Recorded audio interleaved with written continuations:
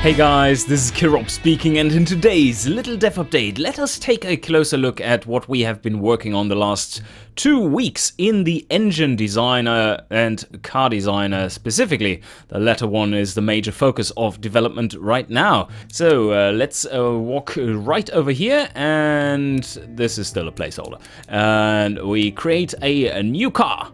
And as always, I have to tell you, well, this is extremely preliminary, obviously. But one thing that 1, 2, 3 or many of you have been asking for the last time, you can now have them in both modes, like showing the main body and all its variants, like this, or just show the first one of them. And to enhance that, you can have various filters here and select and deselect them. And if you are, for example, only wanting to look at coupes, then let's deactivate that. Then you will be shown only the first coupe option within each family. So now let's just select one of these and get going. So this one is mid-rear, that doesn't work yet. As you can see, we have a little tooltip here now, which gives you loads of information you didn't necessarily see on the first glimpse before. So that should come in handy. Of course, also this is just a dump taken on the screen and not really fleshed out, so this will look much nicer. And there will be many more filter options, of course, and so on. More polish coming, as always. But this system is already working. Let's take this one, for instance. Oh, yes. And one more thing you see down here. There's a new section. We properly delineate now between actually creating your model and your trims. So that is a new thing. Let me just select a few things. The only suspensions working right now are the independent suspension types, so no solid axles just yet. But let's take a look at what happens here. So now you can select the various trims. We are now in the new trim section. And of course, because we are implementing the facelift mechanic where you can add a trim to an already engineered and existing in-sale model, that will come in handy, because then this section, this whole section here, is completely locked off, but you have a nice full access to the sections that still make sense. So, okay, so this is not the paint tab, but rather the trim selection tab. And we could switch out the bodies here now, and you see that that's working. And while you don't see the colors, they're currently broken, I think, we can show you something pretty cool here already. We have been working a lot on paints, and you see various icons on top here, which kind of look weird with red on red background. Maybe not the best design there. But anyway, so primary color. Okay, let's choose primary. Oh, look at this paint! This is just a test paint, but it shows off nicely the stuff you can do in Unreal now regarding paints. Isn't that nice? So we have that as a primary paint now. And we could use this one too. And as you can see, oh, there are different paint options here. Let's choose this as primary. Then we select the secondary. There is no secondary. Okay, good. Let's make the rims the secondary though. And rim 2, does that even work? No, probably it doesn't. Oh yeah, no, there they go. There they go. We can make them carbon fiber too. Let's try that. Oh yes! Or plastic. Ooh, damn it. Who chose that? Or chrome? No, chrome doesn't work yet. Okay, carbon fiber it is. Yes. And now if we want to change the bumper colors, we can do that. Each model has different areas which you can change the paint color on. No racing stripes or anything. That is unfortunately not really possible. But this is, and I hope you all enjoy your chrome bumpers. Oh, this looks terrible. It's pretty neat, isn't it? So paint options, many more coming, and of course you can morph your cars as well. I don't know if this one is a working body or if it has no bounds. Let's try it out. Oh no, this one is actually working. It has some bounds. Otherwise you can make banana-shaped cars and stuff. Not really aerodynamic. No, unfortunately, fixtures aren't quite cooperating with me just yet, so I won't be able to show you those, but I can tell you a little bit about how we thought the system is supposed to work. In the last episode, I think I showed you that we still had like 2 tabs with lots and lots of fixtures on them in big rows. And we have grouped them together more. And this is not the final layout of it, but the thought is that you click on the section you want, and then right above this, you get the various subsections listed, so that you, for instance, click cooling, grills, cooling, vents, or you've clicked cooling and then you go to scoop. And so less mouse movement, not so much going around and looking for things, but rather groups that make sense. For instance, the trim would be like functional stuff you need for the car to be able to drive or be used, and the miscellaneous ones is basically just cosmetics. And the wheels are the wheels. Overall, I think that will help a lot in finding what you need. And then, don't forget, we also have the favorite system that needs to still be implemented in here. I think it is working behind the scenes already, but it's not properly shown here just yet. One major thing, though, is that you now just saw that something is missing. You weren't able to select drive type. Like, where's the drive type? It's part of the trim, right, Kirob? Yes, it is, because it's not part of this either. You have the engine placement still, that is fixed in the family, but not the drive type. And you wonder, where did that go? Well, we have scrapped it. No, we haven't. The drive type is now possible to make a little bit more convenient for you guys. So let's say you're not quite sure what you want to build. For instance, you want to have a high-end version which has all-wheel drive. But you know all-wheel drive takes more space, right?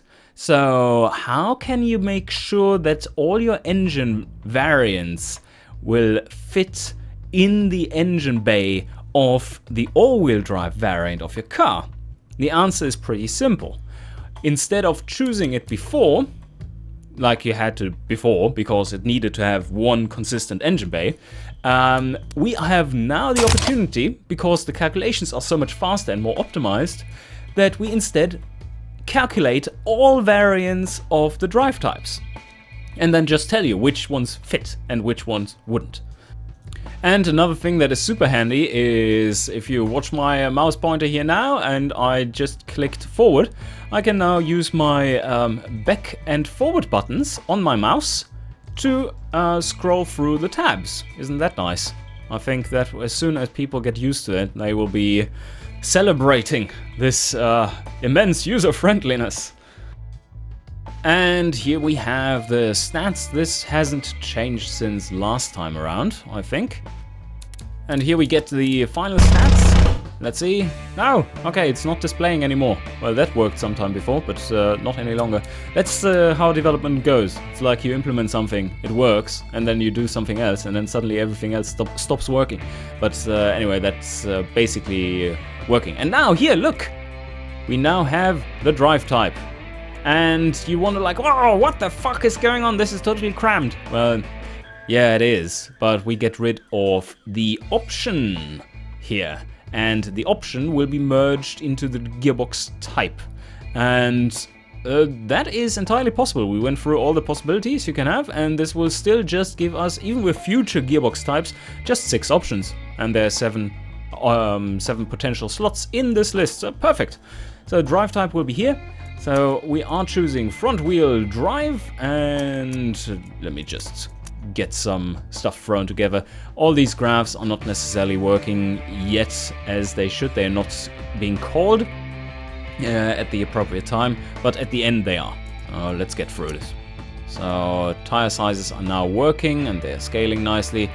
By the way, mark that these are just straight up ported rims from the old automation, and yes, they do look awful. We have plenty of new rims that are not yet implemented but already modeled, which look much better than this. But as you can see, offset is already working and nicely illustrated here. And yeah, that's all pretty good. Everything like that is already going. Oh yes! Oh yes, mega rims! Rams! Carbon fiber. Now they are not only painted in carbon fiber, but they are actual carbon fiber. And of course, I forgot to mention, as you can see, there's no longer a rim selection here, but that has been moved to entirely to the cosmetic part of it. And in future, this extra space here will allow us to revamp the tire model a little bit, because that is, yeah, probably a little bit too simplified, and really important how they developed over the years.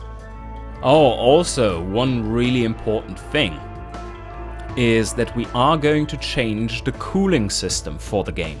This is actually a big part. I should have talked about that before, but hear me out. So basically, automation was all about you don't have to aesthetically design your car, because some players just don't want to do that. They think it's a waste of time. I'm one of them. While others are completely into that stuff and really want to do that. We don't want to keep the latter player from actually doing that, and we don't want the former player to be forced into having to design anything specific. So what we are going to do is to make this more consistent, because in the current automation you're playing, in the public version, you have to place cooling. And that's weird, because that is also at the same time not only cosmetic, but also has a function of cooling, right? And that doesn't make much sense, because you have to place nothing else. Like, don't people have to get into their car if you don't place handles and stuff? So we decided on making it completely into the consistent direction of you have to do nothing in order to with the car in order to make it work. But you may. And this means that cooling airflow will now still have their values and such, but it is based on number of as a factor of the required engine cooling. So you will be able to, so the middle slider would be, will probably be maybe 1.5 times engine cooling or something. That's not decided yet. And the maximum might be like 4 times required engine cooling, and the minimum would be half required engine cooling, which is basically currently the minimum anyway. Because otherwise your car doesn't work and you can't even start it, basically. So then I think that makes much more sense in terms of the game flow, and should be a useful addition, because you're no longer juggling specific numbers you have to keep in mind and so on, but instead just a simple factor, a number, which you can relate across cars instead of having to be specific about each car. And now, now you guys, you may know that Isaac, one of our programmers, is really into drifting, and he likes stanced cars and shit. So look what he implemented. It will be, it might not make it into the real version, because we don't quite know its effects yet. But you actually see camber, and that will definitely stay. So if I change it here, you can, if you look carefully here, let's see, camber -2, you can see the wheel move. Isn't that awesome? So you can now see that, oh yo, stance bro. And now comes the fun part. You can go further. Like this, yo. Isn't that cool? So that works. Although that will, of course, yeah, not really be possible to sell a car like this. But it's pretty cool that it works. And another really awesome thing is the following. If you take a look here, before in automation, this ride height slider was basically fudge factor, it moves the car up and down, supposedly. But now, it actually moves the suspension up and down.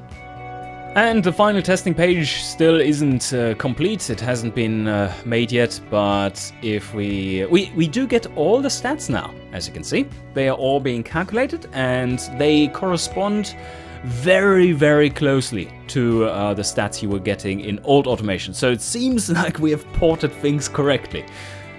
But yes, I think overall this little glimpse into the current development progress of the car designer should suffice, and there are many more little dev updates to come, obviously. We are not quite done yet with the car designer. As you can see, it's still very rough and has some issues. But we are, yeah, progress is being made at a pretty good pace, I would say. Certainly we are behind schedule though, and that must be around 3 weeks now. The initial time frame was set to be end of March, and we are 3 weeks behind that. So a little bit more wait. Currently it looks more like end of April. Anyway guys, I hope you enjoyed, and you will be here for the next little dev update. And see you guys next time.